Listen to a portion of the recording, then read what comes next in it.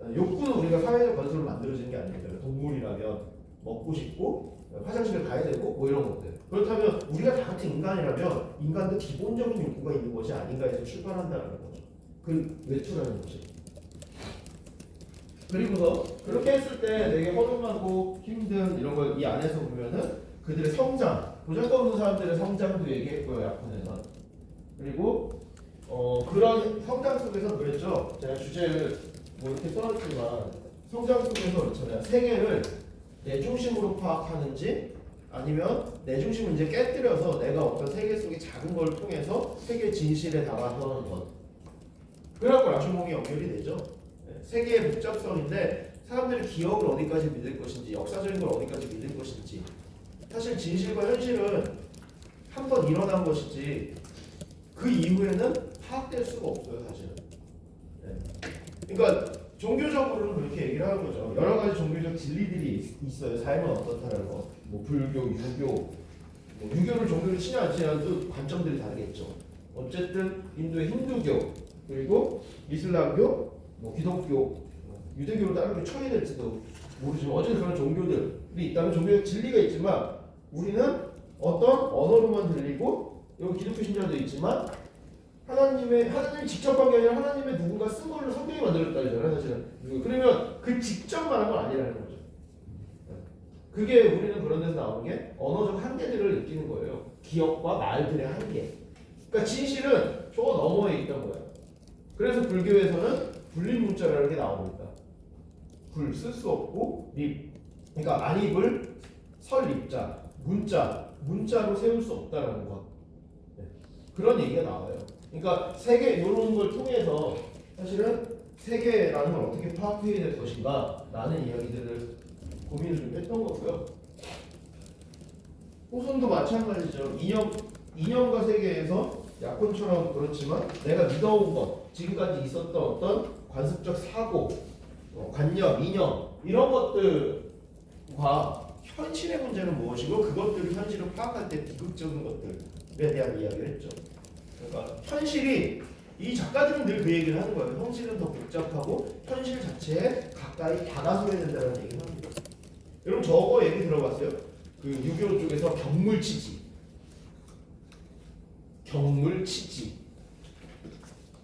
배학 구절, 그러니까 배학이라는 책이 나오는 건데요. 나중에 인터넷 찾아보세요. 경물치지 자체는. 근데 격이 이렇게 올바르게 하다라는 뜻이에요. 발을 격자. 그리고 물이에요. 물은 세계란 뜻이에요. 경물을 하면 경물을 해서 뭐라 하냐면은 치지를 하래. 치는 지극할 치자예요. 지는 알지자예요. 알을 지극하게 하래. 그러니까 되게 재밌는 건 책이나 이런 거를 통해서 지식이나 알을 지극하게 하는 게 아니라 세계에 대해서 바르게 함으로써 바르다는 건 옳다라는 뜻이 아니에요. 옳다라는 게 아니고요. 뭐라고 하냐면 다가선다라고 해요. 그러니까 세계 속으로 직접 들어가서 세계의 현상을 내가 관찰하고 고민하면서 즉 기납적 추리의 가치를 얘기해 주는 거예요. 현실을 파악하라. 사실 우리는 갖고 있는 이제 여러분들 20살 넘었기 때문에 연역적 추리가 있으세요. 어떤 사고나 현상이나 이런 거 보면 하고 그냥 판단해버려요. 그건 왜냐고 그러면 사람은 이러니까 사회는 이러니까 아유 저 사람은 저렇게 살았으니까라고 우리가 알고 있는 걸로 사실은 판단을 합니다. 근데 연역적 추리보다 우리가 유교, 성리학, 성리학이 한국을 망쳤다 이런 얘기하고 성리학이 이런 얘기를 하지만 실제 망친 건 아마 연역적 추리들이 꽤 망쳤을 거예요. 연역적 추리는 근데 연역적 추리는 할 수밖에 없어요. 왜? 내가 이런 어떤 기존의 가치관이 있어야 무언가 현상이 있으면 적용을 할 거거든요. y-x가 필요해요. 근데 y-x의 함수가 1차 함수, 상수함수죠. 이렇게 한 상수함수로 갖고 있느냐 2차로 되느냐 3차로 되느냐 나중에는 사인 코사인처럼 복잡해지는 여러 가지 함수 로그 함수는 여러 가지에 따라 사실 달라질 수 있는 거니까 나의 함수를 얼마나 다양하게 하는 거는 좌표들을 세 개의 좌표에 대한 이해 속에서 온다라는 거죠. 그게 유교의 사실은 시작이에요. 그렇기 때문에 연암 박지원과 우리 담원 홍대영 얘기를 하죠. 담원 홍대영이 대단했던 지점은 뭐냐면 성리학의 후예들이란 말이에요. 왜 그 위에 그 선조들은 그럼에도 성리학은 이런 사람을 이념을 너무 견고하게 하고 다른 사람을 차별하게 하고 나눈다라는 것 때문에 현실로 돌아가자는 얘기를 합니다. 그래서 성리학이라는 게 아니라 성리학은요 송나라 때 주자로부터 시작이 돼요. 근데 성리학보다 더 큰 거는요 유교예요. 거기에 양명학도 다양한 또 분파들이 있어요. 그래서 공자가 얘기하고 맹자가 얘기한 원시로 돌아가자, 원전일기 다시 하자라고 주창한 사람들이에요. 그래서 원전에서 출발을 하면서 새로운 걸 만들어내는 게 그들이었고, 그래서 실사구시가 연결이 되는 거예요. 현실을 직접 보자라는 거. 다른 얘기 안 해요. 100년 전에 너던 예후들도 그거 같고요. 네. 너던 예후들이 샀던 게 1800년대 중반이잖아요. 그죠? 네. 담원 홍대영이 아마 1727년생 정도 될 거예요. 그건 나중에 찾아보면 되겠죠. 그리고 그 연합막장은 1900 아마 1732년생인가 뭐 하여튼 뭐 30년대 초반생이에요. 더 100년 전이에요. 그들은 현실의 가치를 계속 얘기했어요. 근데 이 소설이 읽기가 더 쉽죠. 나만은 그냥 쌍문 읽으면 뭔 소리 하는 거야 이거예요. 문법적으로. 그래서 어쩌면 새로운 게 쓰여져야 되고 새로운 걸 읽는다는 얘기거든요. 우리의 시대에 많은 언어와 우리의 방식. 그 소설가들이 계속 쓰는 거예요. 그리고 뭐 다른 것들도 있고. 어쨌든 세 개의 문제를 다룹니다. 끌레이츠도 그거죠. 어떤 지혜와 지식의 문제인데 여기 다른 것들은 여기는 오히려 이 앞은 그 전에 경험하고 그 전에 알고 있고 그 전에 인연과 그 전에 종교적인 그거에 어떤 단단하게 있는 사람들이 그 젊은 문명 같은 경우에는 안 변해서 문제지만 그 반대에 있는 사람은 다 같이 크게 현실 자체를 볼 때였고 그게 그 앞에서는 약혼에서 변화로서 보여줘요. 현실이 깨져나가고 실제를 보기 시작해서 머릿속에 있는 현실들이. 릴라베도 그거죠. 릴라베도 비슷하죠. 네. 그렇게 깨져나갔을 때 어때요? 깨져나갔을 때 다시 근데 학교로 돌아오죠. 그러니까 아까 그거예요. 연연추출이야 귀납척주기에 왕국운동이 필요하다는 거죠. 어느 정도 관념을 정해놓고 경험을 해서 수정하고 있지. 뭐 연혁이 좋다, 귀납이 좋다도 아니에요. 귀납도 한계를 갖고 있다는 거죠. 귀납되면 우리 정신이 정리가 안 돼요. 산만해져요. 그렇지 않겠어요? 사건밖에 없는데? 그래서 인간은 연혁이 필요한 거죠. 그러니까 지혜와 지식에 왕국운동이 필요한 거예요.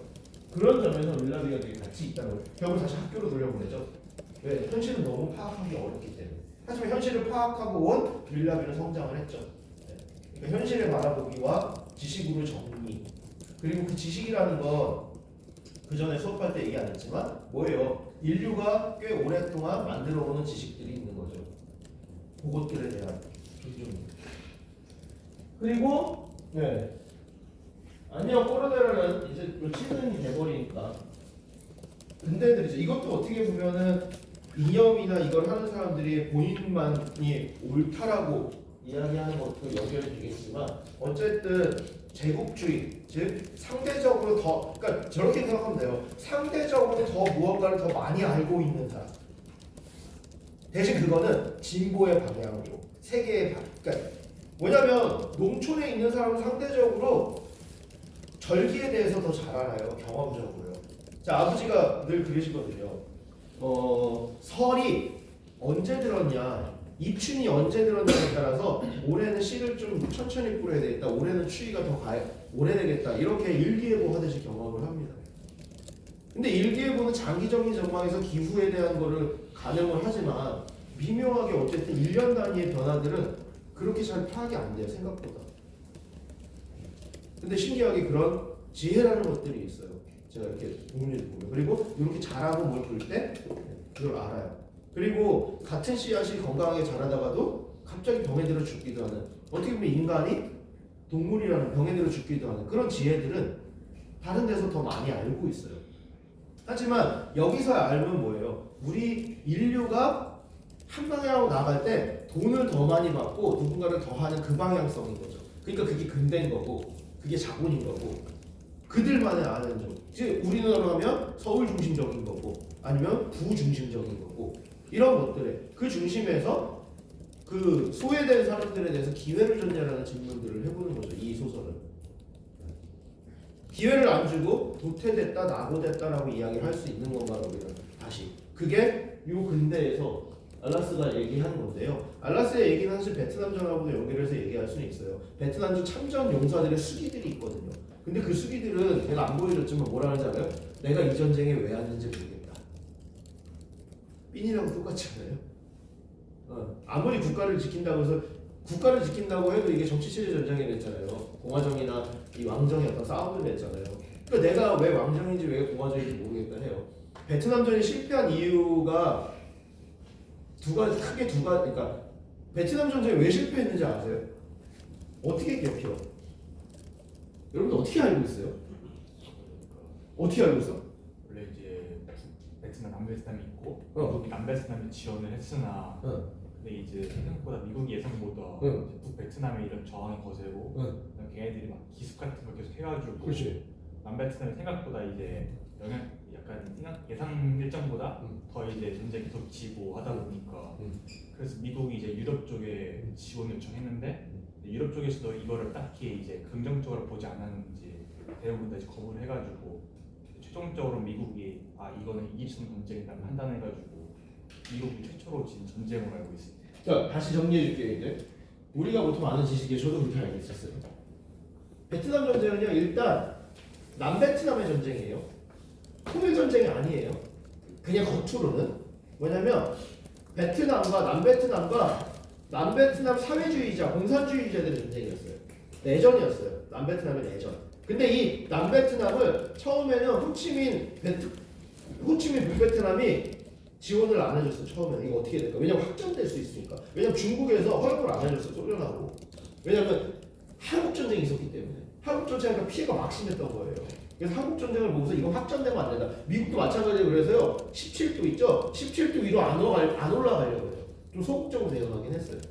하지만 내부 싸움, 그러니까 우리처럼 남북이었고 북한이 와갖고 이렇게 남북해갖고 통일전쟁이라기보다는 통일이면 통일이지만 사회주의 내진 공산주의 정권을 밑에서 전복시키려고 해 도와준 싸움이에요. 그래서 그 밑에 있는 게 베트콩이고요. 베트콩과 북베트남은 좀 구분이 돼요. 베트콩은 베트남 공산주의라는 뜻이에요. 남베트남 공산주의자인 거예요. 그러니까 둘의 싸움이었던 거지. 그래서 처음에는 이기겠다고 무력 지원을 어디다 주냐면 이 남베트남에 미국이 지원해 주는 거예요. 한국도 들어가서. 북베트남이 싸운 건 아니에요. 남쪽끼리 싸운 거예요. 나중에 얘기한 대로 서유럽이 지원해 주려고 해서 근데 서유럽도 아예 의제를 못했어요. 왜냐면 서유럽이나 이런 것도 안전보장 이상에 얘기해야 되는데 소련하고 중국이 반대하니까 떠나갔거든. 이 전쟁 확전 연합군에 대해서.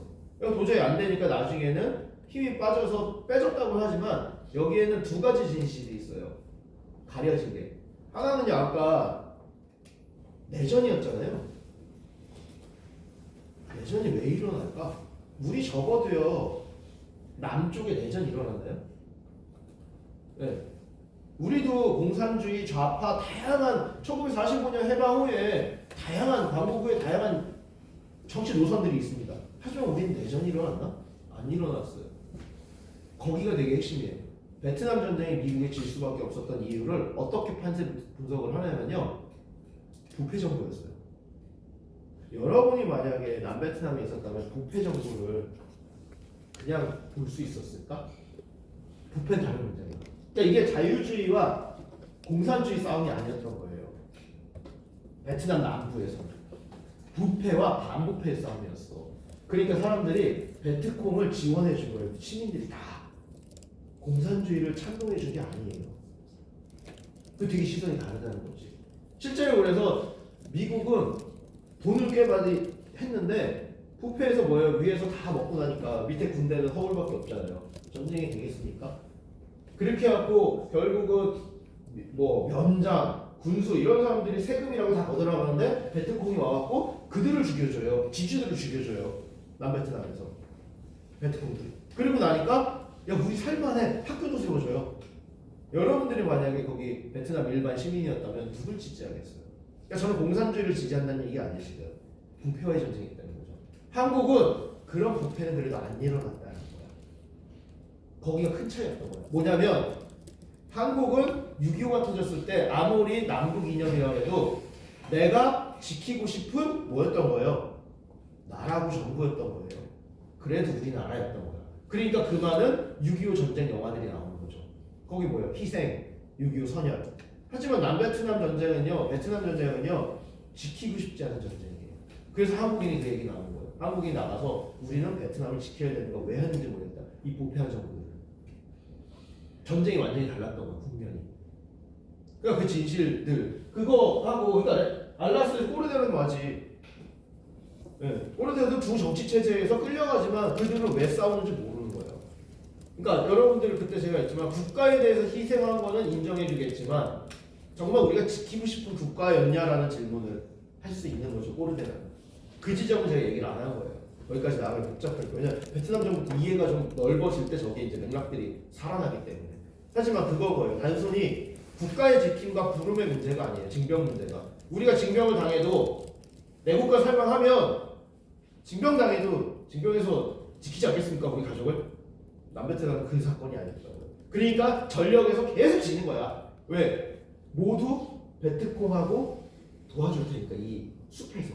그러니까 방식은 한국에 가서 뭐냐면 학살 같은 게 일어나는 거예요. 누가 베트콩이지 누가 베트콩 아니지 구분이 안 되기 시작하는 거야. 그러니까 아이를 죽이고 여자를 죽이고 노인을 죽이고 이런 사람을 죽이는 일이 벌어진 거예요. 그게 베트콩이나 공포가 거기에는 베트콩 연합전선들이 단순히 좌파나 공산주의를 위한 게 아니었거든요. 그들은 사회보장 연합이 됐던 거예요. 그게 진실이었던 거예요. 그리고 두 번째는 물러나는 문제들은요.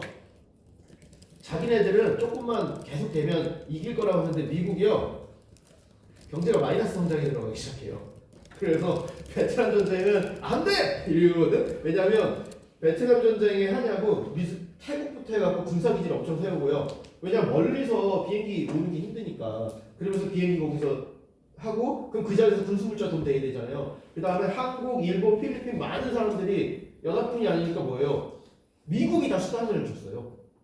그래서 그런 말도 나왔어요. 한국은 미국이 용병 아니냐는 말까지도. 수당을 줬는데 되게 누가 필리핀이나 이런 데보다 우리나라가 제일 싸게 들어갔어요. 전쟁은 진짜 잘했는데. 그래서 말이 많았어요. 왜 이렇게 수당 적게 주냐고. 그리고 그렇게 하면서 그 한국 전쟁 특수와 베트남 전쟁 특수를 가장 특수로 입은 게 어느 나라냐면요. 일본이에요.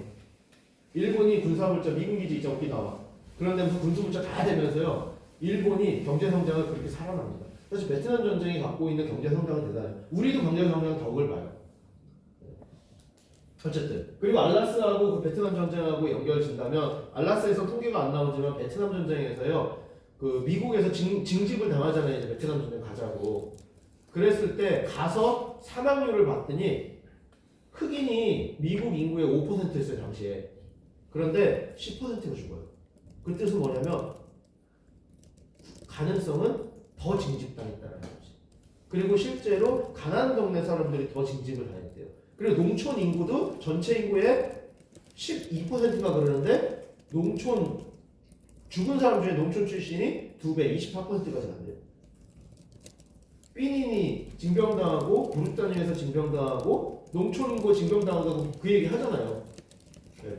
그러니까 저거는 그런 얘기를 하는 거죠. 우리가 전쟁 앞에 정말 평등한 것인가라는 얘기도 합니다. 실제 우리나라에서도요 한 70%가 억지로 지원서를 쓰거나 그냥 차출당하거나 그랬대요. 근데 그리고 대부분은 거의 다 도망갔대요. 위에 부모들이 중산층 이상인 사람 더 이상 그 윗사람들을 안 나갔대요. 베트남 전쟁 거의. 1970년대 이후에 베트남 전쟁에 참여한 하버드생은 2명밖에 없대요. 그런 어떤 불균형성을 사실 그 전에 근대일 수도 있고 군대일 수도 있고 뭔가 그 위에서 그들의 논리에 의해서 희생당하는 게 누구인가라는 게 농촌 중심으로 알라스가 깔끔하게 되게 간결하게 쓰긴 했죠. 되게 어렵긴 하지만 그런 것까지 읽어내기는 괜히 그 황소와 삐님과 로사가 있는 게 희혼이자 하여튼 거기에 동상이 있는 게 아닐 거예요. 그들에게는 그들의 어떤 기억들이 우리와 다르게 스페인에서는 저 소설이 그런 기억들 불평등과 보잘것 없는 사람들이라고 여겨지는 사람들 그들에게 사실 우리 다 보잘것 있지 그들에게 아니었을까라는 얘기를 하는 거죠.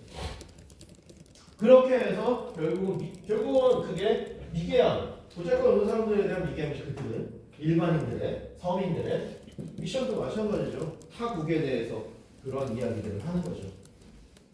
마르케스도 그 얘기를 하는 거죠. 거기를 아주 감각적으로 나타내죠. 냄새, 범위, 모양 이런 식으로 감각적으로 나타내죠. 신화적인 방식으로. 그렇게 어떻게 보면 이렇게 당하고 이렇게 당한 사람들은 어떻게 살아야 되는가라고 했을 때는 남미총회초는 자연스럽게 보이죠. 팔레스타인의 것들을 동의는 할 수 없어도 그들이 하마스와 이런 상황들을 어떻게 볼 것인가라는 저게 보여줄 거예요. 그렇잖아요. 동의는 할 수 없죠. 그들이 저지른 폭력들은요. 똑같은 폭력을 저지른 건 동의를 할 수 없어. 하지만 그 오래된 동의와 이슬람이 이스라엘을 그렇게 적대시하는 것들에 우리는 이해는 할 수 있죠. 이제 그러면 뭘 배울 수 있겠어요? 적대라는 건 다시 적대를 낳는다는 거예요. 그럼 우리가 해야 될 건 어떤 것들이에요? 적대에 대한 일상 속에서라도 되도록 우리 스스로도 누군가를 적대하지 않고 라는 것들 교훈들을 배우니까 우리의 어떤 교훈은 무엇인가 고민해 보세요. 지식의 넓이가 아니라 물결의 빈면도 전쟁이 갖고 있는 슬픔들이죠. 그랬을 때 마지막에 유누스케의 코는 결국은 판단은 누가 해야 된다는 거죠. 내가 세상을 판단하는 중심에서 해야 된다는 얘기잖아요. 이게 쉬운 작품이었죠.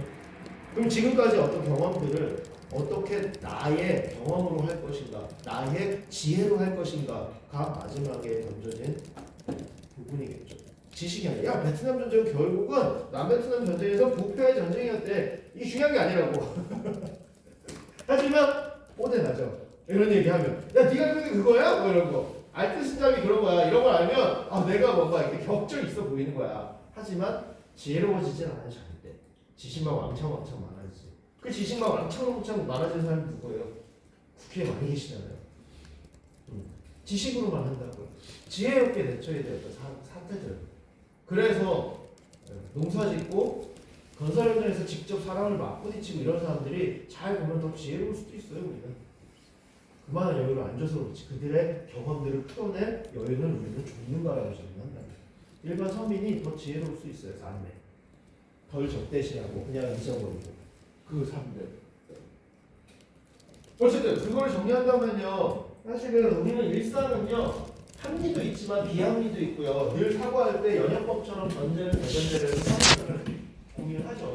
그런데 어떤 작품 읽기를 하기 위해서 여러분들이 작품 내고 있죠. 작품 내기에 합리적인 이해를 해야 되잖아요. 여러분 제가 그러잖아요. 어떤 걸 그러니까 코 같은 경우에 최근 작품을 한 게 낫죠. 코 같은 경우에 코가 짧아졌을 때 진짜 사람이 비웃으냐고 물어보잖아요. 비웃음을 느낀 거잖아요. 그러니까 합리적 이해예요. 내적인 합리적 이해고요. 그 다음에 베트남 전쟁이나 여러 가지 팔레스타인 난민총의 총은 어떻게 봐야 될까 고민했잖아요. 아이가 되는 거. 여러분들은 아이가 된다는 아이의 문제 때문에 그런 대전제 때문에 이게 저게 보였잖아요. 어떻게 아이를 들게 하는 부정적일 수 있다. 뭐 이런 생각을 하잖아요. 하지만 상황과 맥락을 역사적인 걸 이해해 볼 때 저거는 삶의 희망들을 갖는 또 다른 어떤 소설을 읽기 시작하잖아요. 즉 작품 읽기는요. 합리적 사이와 맥락적 상황적 읽기가 필요합니다. 그렇게 되면 다시 나의 일상이 변화가요. 합리와 비합리가 변하고 대전제가 변하기 시작하죠. 즉 베트남 전쟁에 대한 이해가 넓어지면 상황이 달라지는 이해들이 나오고 내 선입견이 바뀌는 거죠. 이거의 왕복 운동들이 기본적인 작품 읽기라는 거죠. 당하는 거죠. 이런 얘기해요. 샬럿 리디아 라일리라는 영국 옥스퍼드 하여튼 영국 역사학자가 여기는 역사예요. 작품이란 말은 다 역사로 넣어야 돼요. 근데 제가 그냥 했는데 우리는 원래 역사에 관해서요. 작품에 관해서 배울 수 있지만 작품으로부터 배우는 일은 드뭅니다. 두 개 차이 알겠어요? 작품에 관해서 배울 수 있대요. 작품에 관해서. 즉 뭐 팔레스타인 난민촌의 총은 팔레스타인의 뭐예요? 이 이스라엘을 통해서 팔레스타인 사람들이 뭔가 자기네 생존하기 위해서 아이들까지 농촌 사람들이 자기 위해서 총을 드는 그래서 어떤 생존을 욕구를 느끼는 게 그런 작품이야. 팔레스타인은 지금 이스라엘 역사를 좀 봤더니 맥락까지 이해해도 그 이스라엘에 대해서 살아남고자 하는 거야. 이게 작품 자체의 지식인 거죠. 역사적 지식, 맥락적 지식들. 하지만 한 발짝 더 나간다면 우리 이야기를 생각할 수 있냐는 거죠. 왜? 이스라엘이 종족 학살하기 때문에 아이들까지 동원이 된다는 거예요. 그러면 끝없는 적대와 상호 비방은 지렁이도 꿈틀할 때 정도로 사람의 모멸감과 사람의 생존의식을 만들어낸다는 거죠. 그러면 우리는 사람을 어떻게 대할 것인가 라는 게 남미총의 또 다른 교훈이겠죠. 즉 우리의 태도와 우리의 사유와 우리의 변화가까지 읽어낼 필요가 있다는 얘기예요. 근데 역사는 뭐예요? 역사에 관해서 배울 수 있지만 역사부터 배우는 일은 드물어요. 조선시대 역사, 연안박지원 뭐 이런 얘기 다 역사해도요. 뭐 그랬대. 그러니까 쉽게 말하면 알쓸신잡은 쉬운데 알쓸신잡을 통해서 여러분이 한번 그런 거 볼 때 교훈을 생각해 보냐고요. 아니지. 야 로마가 이렇대. 뭐 이게 끝이야. 의미를 발견했냐 이거죠. 즉 이 얘기는 그거죠. 그 자체 지식은 배울 수 있지만 의미를 발견하는 게 되게 어려워요. 나에게 어떤 의미인지. 그래서 현재 적용되기 위해 대기 중인 작품에 역사에 간단한 교훈은 없다는 거죠. 그러니까 이거는 뭐냐 말이 좀 영어로 해서 어려운데요. 지금 내가 살고 있는 데에서 의미가 있고 적용되기 위해서 모든 작품 대기 중이라는 거야. 읽어줘 알아서 이렇게 해준다는 거지. 그런데 그거가 맥락과 상황이 있기 때문에 참 의미까지 발견하기가 어렵다는 거예요. 왜냐하면 저쪽에 지식이 있기 때문에 내 의미로 끌어들이려면 내가 깊이 마주해야 된다는 거잖아요. 쉽지 않아요. 거기서 뭐겠어요? 사실은 이거는요 교양과 인문학의 가장 기본적인 대조예요. 우리가 흔히 얘기하는 그 교양은 있어 보이고 알쓸신잡 같고 뭔가를 문학에 대한 지식이 많아야 될 것 같은 거야. 하지만 문학을 안 읽어도 된다고 했잖아. 인문학은 문학을 안 읽어도 되는 거예요. 어떤 드라마를 보든 영화를 보든 나의 의미와 나의 주변의 의미와 나의 삶을 변화시킬 수 있는 힘이 있으면 그냥 인문학이 돼버리는 거야. 그러니까 우리는 교양을 갖고 있는 멋있는 사람이 되려는 욕구들이 있는 것이 아닌가, 욕망이 있는 것이 아닌가. 그래서 그거보다 남이 알아주지 않아도 내가 좀 스스로 우월할 수 있겠지 라는 의미를 발견하면 그냥 속으로 그렇게 살면 되지 않을까. 그래서 의미를 발견하는 인간이 필요하지 않는가 삶에서. 그런 게 인문학에 던지는 질문들입니다. 누가 그러더라고. 세계문학이 어제 저기 무슨 보고서 쓰다 보니까 강의평가 끝부분에 뭐 읽다 보니까 이 세계문학 이야기 2학기 평가 중에 하나 이게 있더라고요. 세계문학이 이게 문학 이야기인데 무슨 철학 수업 같다고 하질 않나?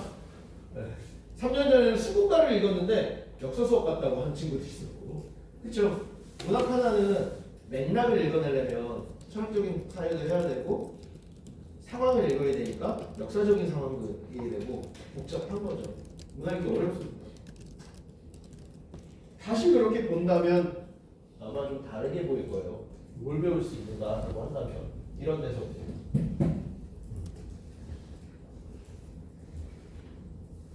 아까 얘기했지만 이런 외투도 우리가 그냥 하는 농촌이든 아니면 가난한 어떤 지역이든 그 사람들조차도 뭔가 배우고 영혼의 욕구들이 있다는 거지. 뭐 문화적 즐김들이 있고.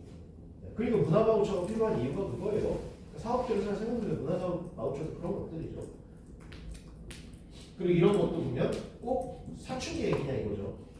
지금 우리가 갖고 있는 일상과 비일상, 그러니까 한계 연역적 추리를 그 사고들을 깨나가면서 조금 더 다른 연역적 추리에 좀 넓은 대전제를 만들어 나가는 과정이 아닌 거죠. 그러니까 삶이 계속 나아가는 건 내 지식을 넓혀서 좀 더 넓게 이해하는 거. 넓게 이해한다면 다른 사람한테 덜 적대적이겠죠. 그러니까 어떻게 보면 내가 덜 적대적인 인간이 되기 위해서 좀 더 다른 사람을 포용하기 위해서 이런 작업들을 하는 건 아닐까라는 생각을 들어요.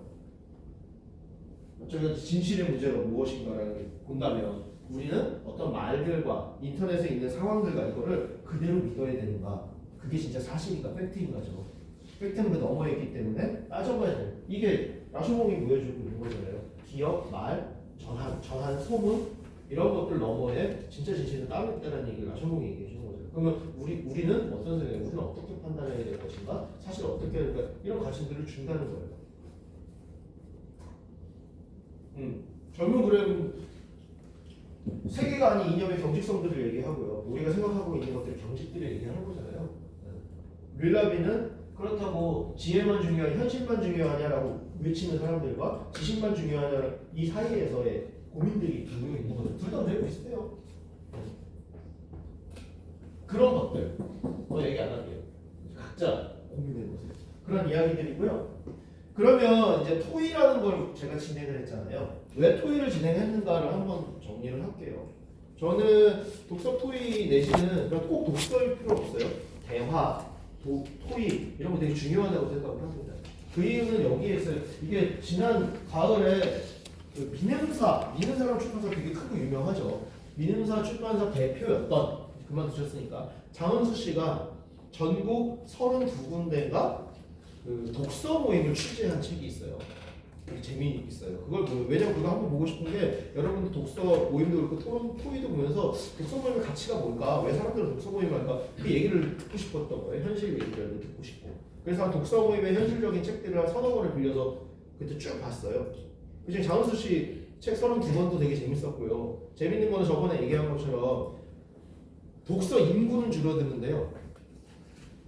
독서 인구는 줄어드는데 그 특정 사람들이 그러니까 몰아서 책을 읽는 거 늘어나는 거예요. 그러니까 전체적인 비율은 줄어들지만 읽는 사람만 읽는 현상이 일어나요. 그럼 읽는 사람만 읽는 현상은 뭘까? 그게 증가한다고. 그리고 독서 모임이 증가해요. 그러니까 전체 책은 줄어들지만 뭐 우리는 또 그것도 생각해야 돼. 도서관의 보급도 생각해야 되고 빌려서 읽으면 되니까. 근데 어쨌든 그 독서 모임 인구는 증가하고 있어요. 신기한 일이거든요. 그 현상도 있고, 하여튼 그런 것도 있고, 또 4명의 인천에 사는 일이었나? 하여튼 4명이 인천인지 어디 사는 그 아기 엄마 4명이 6명이구나. 6명이 어떻게 돼가지고 독서 모임을 시작했는데요. 오랫동안 했어요. 그 중에 4명이 자기 경험들을 담아서 쓴 책이 있어요. 첫 번째 쓴 분이 모임을 하자고 주장한 분인데 그분 것만 재밌고 나머지 생각보다 재미가 없어 안 읽었어. 왜냐면 비슷하더라고. 그러니까 그게 뭐냐면 첫 번째 얘기를 들으면 두세 번째가 같은 아마 아이를 키운다는 입장 속에서 여성이 갖고 있는 그것 때문에 비슷한 느낌이라서 아마 그래 제가 읽다가 못 읽는 것 같아. 첫 번째 부분에 다 얘기가 들어있더라고. 뭐냐면 그분이 그러더라고. 어느 날 자기가 그래요.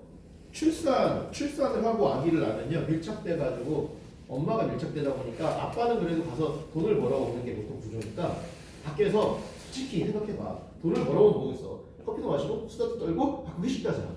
사람을 만난다는 거야. 근데 육아를 하면요 거의 만나는 사람이 아이가 클 때까지 100일이든 200일 한 2돌 될 때까지 이렇게 제한돼 있어요. 단 정말 이르게 육아휴직 때문에 한 돌 정도 된 다음에 맡기고 가면 달라지지. 근데 그렇지 않은 전업주들도 있고 계산해보니까 아이를 맡기는 거하고 한 사람이 버는 게 나면 전업주부 화가 돼요. 또 일부러 되는 게 아니라 경제적인 이유 때문에도 돼요. 그리고 심리적인 이유 때문에도 돼요. 근데 그분이 어느 날 그러더라고. 아이랑 재우고 났는데 오랜만에 데미안을 펼쳐들었대요. 근데 밤에 10시가 11시 애기를 재우고 나서 1시간이 훌쩍 가는 거를 몰랐대요. 그리고 나서 깨달았대요. 아, 이러면서 아이를 위한 게 아니라 나라는 사람이 여기 있구나라는 느낌을 들었대요. 그게 되게 중요한 경험이거든요. 그래서 독서 모임이라도 어떻게 힘들어도 해야 되겠다라는 게 시작이 됐대요. 그리고 나니까 오래됐대요. 그러니까 거기에 나온 일단 조건은 아기 엄마 읽기 전제였대요. 아이 엄마 읽기. 그래서 6명의 그분들이 되게 오래 한 거예요. 근데 그게 뭐냐? 그게 여러분이랑 비슷할 수도 있어요. 삶이 그냥 치달리고 막 이럴 때 진짜 나는 무슨 의미지? 내가 가족들한테 무슨 의미지? 내가 왜 살아있지? 이 생각이 들어요. 그 생각이 너무 안 들 때 우울증이 오고요. 우울증이 오면서 자살 권유까지 생기는 거예요. 왜? 내 존재 자체가 인정받지 못하고 내 존재가 무엇인지 모르게. 근데 제가 이렇게 사람들 그 독서 모임 책들을 보다 보니까요. 독서 모임이 그거를 주더라고요. 이 사람이기 때문에 가치가 있다라는 감정들을 불러일으키더라고요. 왜 그러냐면 그런 생각이 들더라고요. 이 말을 소개해주고 싶었는데 어떤 저자는요 진지하게 글을 쓰겠죠. 많은 사람도 있지만 대부분의 우리가 이제 야 이런 거 되게 중요하고 글을 쓰겠지. 근데 이거를 독자는 또 진지하게 읽어내겠죠. 세미한 같은 거 여러분들 그냥 읽을 때 아 이게 무슨 의미가 있겠지 하고 좀 진지하게 읽어주잖아요. 위안거리 말고. 그리고 나서 어때요? 똑같이 두 번의 진지함들을 겪은 사람이 뭐예요? 진지하게 야 나 이런 거 읽었어라고 얘기를 해주죠. 그러면 듣고서 진지하게 대답을 해줘. 그럼 또 진지하게 하죠. 즉 토의라는 것 자체가 진지하게 계속 교환인 거예요. 여러분 한번 이번 학기에 생각해 보세요.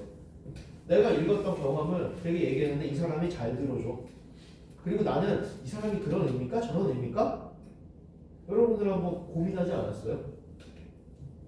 그 사람의 사고로 내 생각을 어떻게 하고 비교해봐요. 그 사람의 말을 진지하게 듣고 비교하고요. 내 생각을 좀 바꿔보고요. 그런 것도 있었네? 라는 걸 한다는 거죠. 진지한 교환이에요. 근데 제가 왜 존재가치를 확인하고 거창하게 얘기했냐면요. 한번 생각해보세요. 고등학교 때, 중학교 때 생활해보세요. 학교 갔다 왔어. 하고서 집에 들어와. 집이 나를 사랑을 해요. 정말 사랑을 하지만 진지하게 대해주냐고. 왜냐면 우리가 진지함이 매 순간 진지하면 피곤해요. 일상은 가볍기 때문에 가치가 있는 거예요. 가볍기 때문에 가치가 있는 거예요. 남편하고 연애요? 너무 자주 붙어 있어도 힘들어. 왜냐면 진지하지 않은 걸 경험하거든. 왜? 연애하면 나를 계속 진지하게 대해주길 바래. 근데 진지하지 않는 시간이 있거든. 그래서 연애하는 사람이 결혼하는 시점이 되려면 뭐라 그러는지 얘기하지 않아요? 한 방 안에 저쪽이 있는데 둘이 물과 공기처럼 안 느껴질 때 결혼하래요. 그게 일상인 거예요. 그냥 내버려둘 수 있는 게 돼야 되는 거야. 매 순간 진지하면 귀찮고 피곤해요. 근데 거꾸로 그거는 귀찮고 피곤하다는 건 거꾸로 저 사람의 존재 가치가 집에서 느껴지지 않는다는 거야. 고등학교 때 이렇게. 그래서 고등학교 친구들이 전 거야. 애 얘기를 들어주면 야 그거 진짜 재밌다 한번 가볼까? 얼마나 내 얘기만 했는데도 그 친구들이 들어줘. 근데 집에 와서 얘기하는데 알았어 밥 먹어 고생했어 라면 끓여 먹어 뭐라고 남편 들어오면 힘든데 설거지 좀 해줘. 내가 누구야? 뭐 이런 것들. 그러니까 그 집은요 어쩌면 밖에처럼 긴장하고 있으면 못 사는 곳이 가족일 수도 있어요. 그러니까 순간순간 진지해질 수밖에 없는 거야. 근데 우리는 가족을 이게 제일 사랑해. 그러니까 진지하지 않으니까 소외를 받고 외로워지는 거예요. 그런데 독서 모임을 한다고 잠깐 독서 모임을 2-3시간 하는 거야. 내가 진지하게 읽고 진지하게 왔어요. 저 사람이 나하고 가족도 아니야. 언젠가 헤어질 수도 있어. 안 만날 수도 있어. 근데 내 이야기를 어떻게 들어줘요? 이게 진지하게 들어줘요. 그러니까 내가 어떤 느낌이야? 가치가 있는 느낌이야. 나이기 때문에 들어주는 거야. 이 상황들이. 신기한 일이 벌어지는 거죠. 그러니까 친구하고 수다 떨고 잡담하고 그냥 잡담이 아니라 진지하게 들어주고 경청을 할 때 내가 살아있다는 느낌이에요. 그러니까 이게 수다의 가치들이 있는 거예요. 뭐 흔히 그러지 남자들보다 여성이 더 수다 떤다고 얘기하잖아요. 특히 우리 아줌마 수다가 제일 들어가 있는 그게 되게 큰 기능이 있다는 거니 그냥 하지만 야 오늘 그랬어 왜 그러는데 저 사람이 허투루 들어주면 더 이상 안 해요. 수다는 떠는 사람끼리 떠는 거야. 수다의 내용이 중요한 게 아닌 거예요. 수다를 들어준다는 거, 대화를 한다는 거. 그래서 친구랑 오랜만에 만나는 사람이 더 반가운 게 잘 들어주기 때문이야. 자주 만나면 이제 됐어 이런다고 친구들. 그게 되게 재밌는 일들이 벌어지는 거죠. 그래서 토의라는 게 제가 얘기하는 게 뭐예요? 경청인데 그 경청이 여러 번의 진지함이 겹겹이 쌓인 거기 때문에 되게 가치가 있는 거지. 근데 그렇다면 꼭 책 토의냐? 제가 책이라는 얘기는 안 했어요. 글이라고 얘기했지만 책일 필요는 없어요. 사회명 가지고 뭐 시사 잡지 읽기도 토의가 가능하고요. 신문 읽기도 토의가 가능하고요. 그만 가능하겠어? 영화 보고 토의해도 되고요. 네. 작품 보고 토의해도 되고요. 미술 작품 같은 거. 그런데 제일 쉬운 게 뭔지 아세요? 책이에요. 책은 들고 와서 이야기를 나눌 수 있으니까 보고 이야기를. 근데 영화는 어느 장면하면 다시 이거 할 수 없잖아. 특이도 드라마는 더 길어. 그리고 미술하고 이런 예술품들은요 언어 예술이 아닌 건 어때요? 거기까지 이해하려면 훈련이 또 필요해요. 그러니까 대화가 잘 안 맞는 거야. 하지만 둘 다 초보자인 경우에 같이 전시회 간 다음에 어느 작품 좋았어 얘기를 하는 거. 그때 경청이지. 그러면 내 신세 잡담과 버스에서 본 사건도 대화가 가능한 거예요. 그러니까 토2를 해야 되는 거야. 뉴스를 보면서 토2가 가능하다는 거예요. 가끔씩은 그런 게 필요하다는 거죠. 그래서 제가 토2를 진행한 거예요. 여러분 토2 경험 생각해 보세요. 그래도 재밌게 가벼운 그 내용 주제도 그랬지만 상대방의 얘기를 잘 들어주고 토익 경험들을 보면 이렇게 생각이 달랐다 뭐 했다 이런 거 자체가 나는 벌써 상대방 걸 잘 들어서 비교하고 있는 거예요. 비슷한지 안 비슷한지 해갖고. 근데 상대방은 내 이야기를 잘 들어준 걸 알고 있었던 거야. 여러분이기 때문에 그냥 개인이기 때문에 들어준 거예요. 성적을 위해서도 아니었죠. 토익 앉아있으면 되는데 뭐 대단하다고 제가 뭐 그래서 성적평가 받다는 거. 그 경험을 여러분들에게 저는 제공해주고 싶었어요. 그냥 누가 그러더라고요. 인간은 태어나는 것 자체로 목적을 다했다고. 너무 힘들게 태어나기 때문에. 그러니까 일상이 하도 가볍기 때문에 가끔은 이렇게 진지하게 필요한 걸 수도 있어요. 일상은 좀 가볍게 보내고 또 진지함을 찾을 때 그 진지함 속에 나 자체이기 때문에 존중받는 거거든요. 그 감정들이 중요하지 않을까라고 생각합니다. 그 다음 이제 가볍게 가죠. 출석, 토익 관리. 여러분한테 이게 더 무거울 거야. 이런 것들이 있어요. 제가 이거 하는 이유가 있습니다. 출석도 제가 열심히 체크를 해봤어. 어제 다 정리했어요.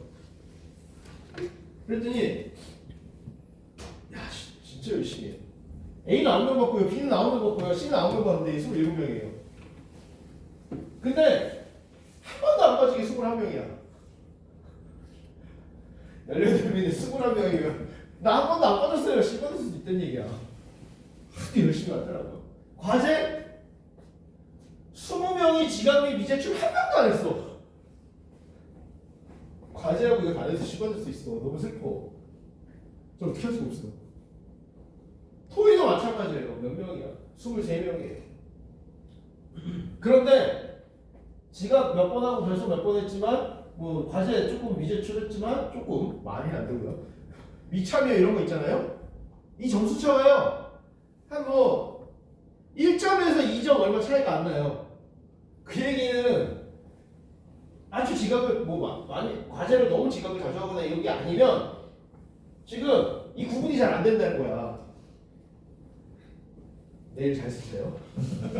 그리고 내일 학점이 어떻게 나와도 뭐 물어볼 수는 있지만 제가 볼 땐 모르겠어요. 여러분들이 다 열심히 했다는 걸 보여주고 싶은 거예요. 한편으로. 그리고 거꾸로 이기심이 좀 적게 하라고 보여주는 것도 있어. 실질적으로. 아니 근데 되게 몰라요. 이렇게 얘기 안 해주면요 나만 열심히 한 것 같다고 생각을 하더라고요. 그래서 A와 B의 경계에 있는 친구들이나 B와 C에 있는 경계 친구들이 저한테 이의제기 가끔씩 가요. 이의제기보다 이제 물어보죠. 이의제기도 있을 수 있고. 근데 차마 제가 이번에 처음으로 보여주는 거예요. 10년 강의하면서 한 번도 이렇게 안 보여줘요. 근데 이제는 보여줘야 될 것 같아. 왜냐하면 얼마나 옆에 있는 친구가 열심히 했는지 알아야 될 것 같아. 본인만 열심히 한 줄 알거든요. 근데 저렇게 열심히 했어요.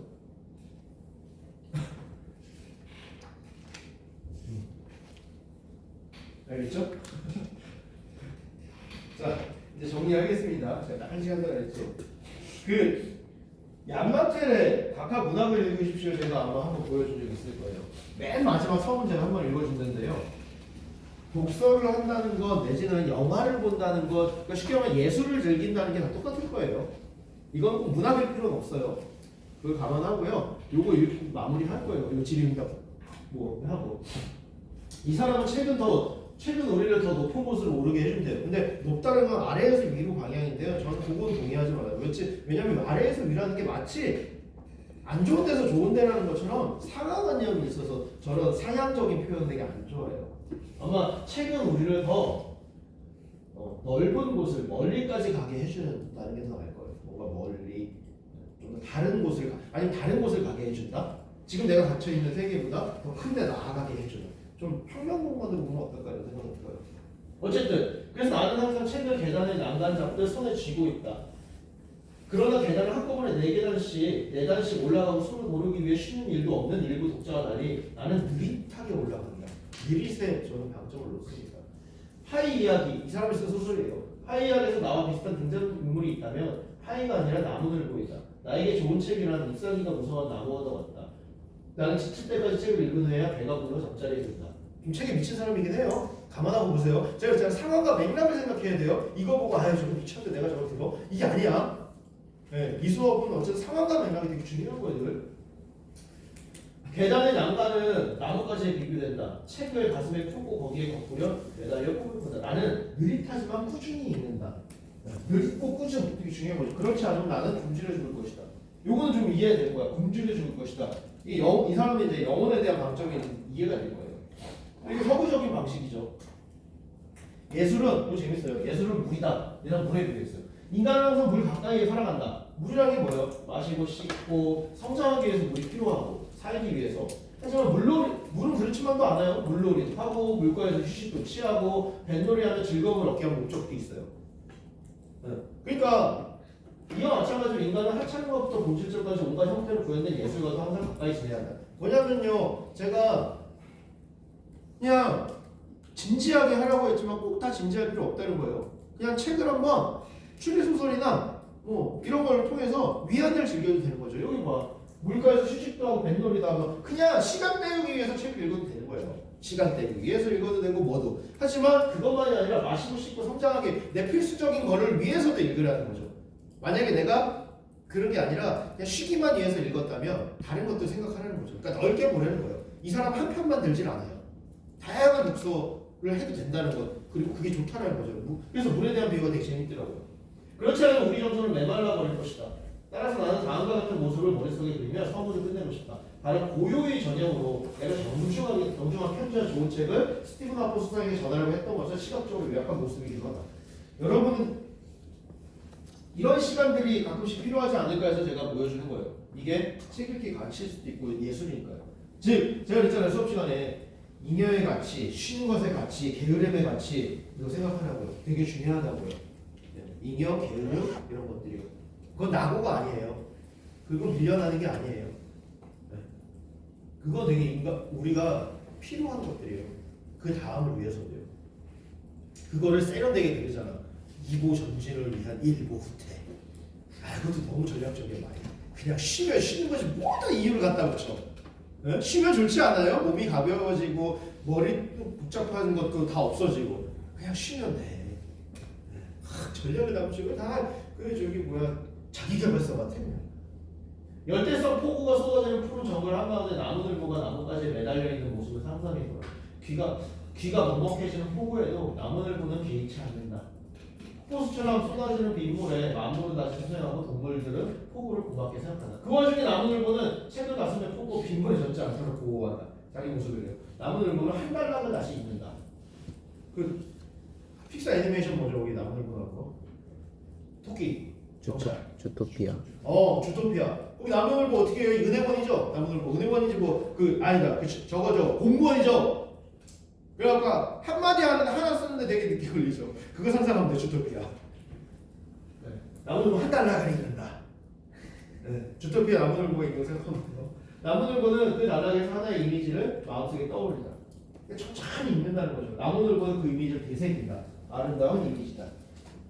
나무늘보는 주변을 둘러본다. 나무늘보는 아주 높은 가지에 봐요. 책만 읽는다는 게 아니에요. 이게 되게 중요한 거야. 봐봐. 한 달락을 읽어요. 그리고 이미지를 떠올려. 그러니까 한 달락을 읽고 더 이상 안 읽어. 이미지를 떠올려. 그리고 이미지를 새겨. 아름다운 이미지야. 그리고 책을 읽다가 다른 또 이렇게 둘러보는 거야. 나무늘보의 속도로. 나무늘보는 아주 높은 가지에 매달려 있어. 정거의 아름다운 전경이 하늘에 들어온다. 빗줄기 사이로 다른 나무. 그러니까 현실을 보고 세계를 보는 거죠. 그러니까 그냥 쭉 빨리 읽는다는 게 아니라 한번다. 좀 더 시간 있을 때 읽고 그냥 저 책까지 껴놨다가 나중에 또 읽고. 예쁜 빗줄기 사이로 다른 나무들의 맺힌 밝은 점들이 보인다. 예쁜 새들이다. 아래에서는 환한 제기호가 안맞춰던 매년이 달리지만 나무늘보는 다시 책으로 눈길을 돌린다. 자족의 한숨을 내쉬며 나무늘보는 온 정글이 자신과 함께 호흡한다고 생각한다. 폭우는 여전히 계속된다. 나무늘보는 느긋하게 잠든다. 한 달락만 읽었어 지금. 핵심 그거야. 한 달락만 읽고 느긋하게 잠들었어. 말할 필요도 없고요. 많이 읽을 필요도 없고요. 잘 읽어야 된다는 거예요. 느긋하게. 여유 있고 책까지 읽고 포스트잇 붙여 가끔씩 포스트잇 읽다 보면 좋네 하고 포스트잇 붙여 그렇게 써놓기도 하고 그리고 나중에 또 한번 정리도 해보고 아니면 이렇게 보다가 내 생활이 떠오르면 그냥 잠깐 적었다가 내 삶을 어떻게 이렇게 생각도 해보고 그거라는 거죠. 책 읽기 이 사람에게 책 읽기는 그거죠. 세상을 다시 관찰하고 세상을 볼 수 있는 힘이라고 보는 거예요. 네.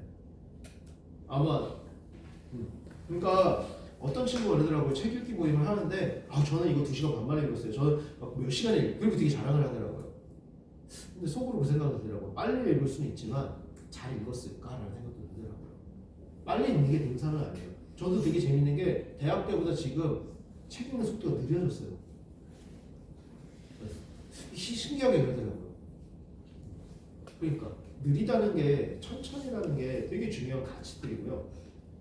그게 어떻게 보면 일상에 있다가 책을 읽으면 내 일상에서 해야 할 일을 못하는 것 같잖아요. 과제도 해야 되고 뭐도 해야 되고 삶을 살아가야 되는데 그게 아니라는 거죠. 그 쉬고 여유 있고 이런 것들은요 내 일상을 더 풍요롭게 만들어준다는 거예요. 하여튼 그렇습니다. 자 질의응답 이거 끝이야. 시험은 여러분 물어보고 시험 얘기해요. 시험은요 10문제인데요 6문제는 얘기한 대로 그냥 답답편이고요. 일부러 뭐라고 할까봐 오늘 순간순간 그 정답들을 이렇게 집어넣었어 말하면서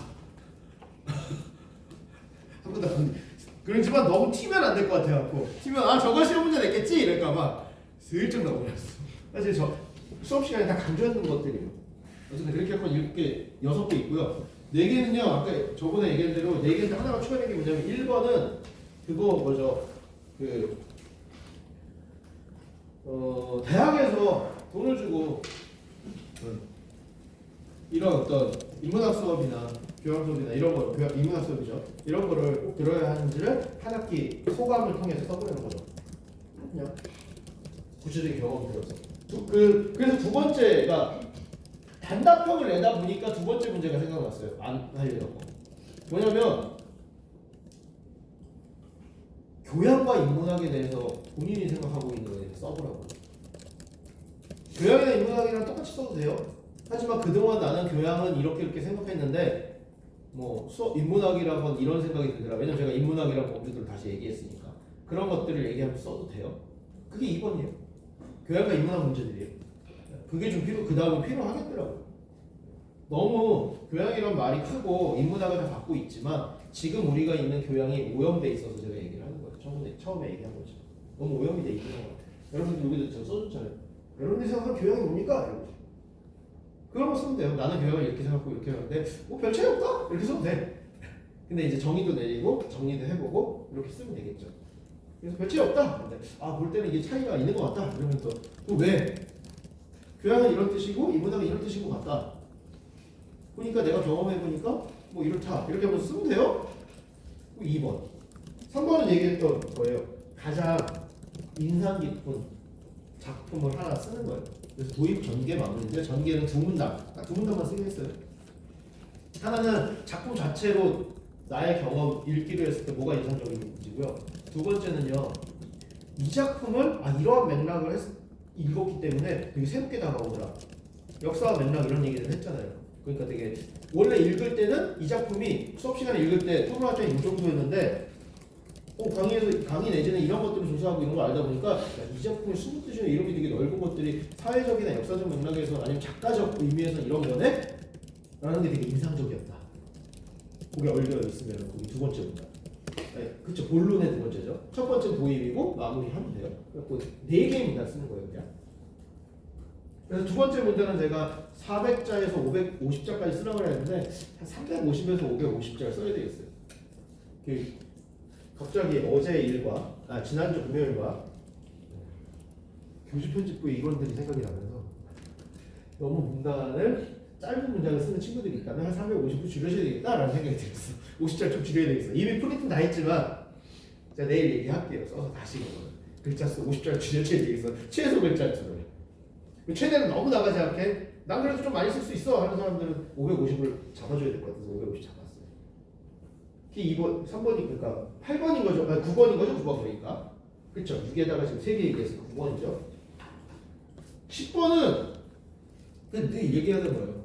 그러니까 문학 읽기, 세계 문학 읽기가 전공과 직간접적으로 어떤 관계가 있는지에 대해서 그것도 도입이 있고요.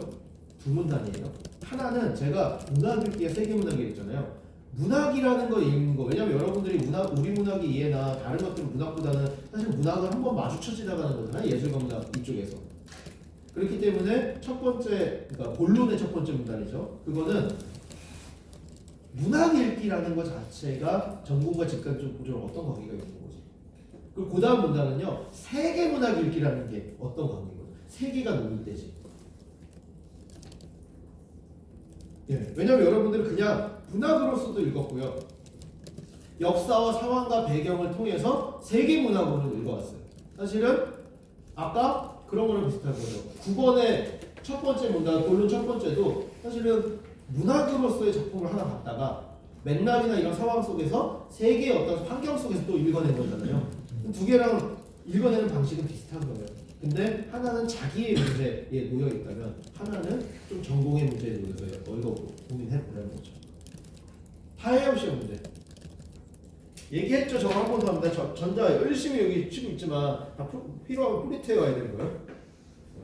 전자기기 진동이나 이런 거 올리면 그냥 내보낼 거예요. F 나갈 거예요. 이거. 아깝게 이렇게 들어가는 분이 맞아요. 지킬 거 지켜야 되니까.